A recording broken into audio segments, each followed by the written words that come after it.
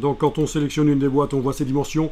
Il n'est vraiment pas conseillé de modifier la dimension à cet endroit-là. Parce que quand vous allez appliquer une texture, si vous avez agrandi la boîte vers le haut, par exemple, la texture va s'étirer. Si vous avez aplati la boîte, la texture va se tasser.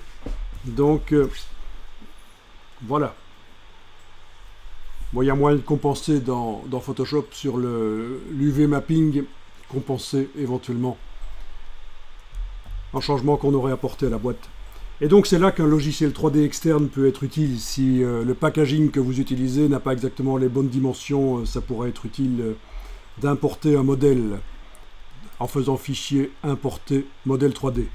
Ah oui, il en existe aussi plein qui sont téléchargeables sur le web. Donc je vous ai parlé tout à l'heure de, ici en bas, parcourir Adobe Stock avec des modèles à acheter, des modèles gratuits. Mais il en existe aussi plein qui sont disponibles sur le web dans différents formats 3D, notamment le .obj. Ils viennent avec ou pas de la texture. Donc ça, vous pourrez tester après.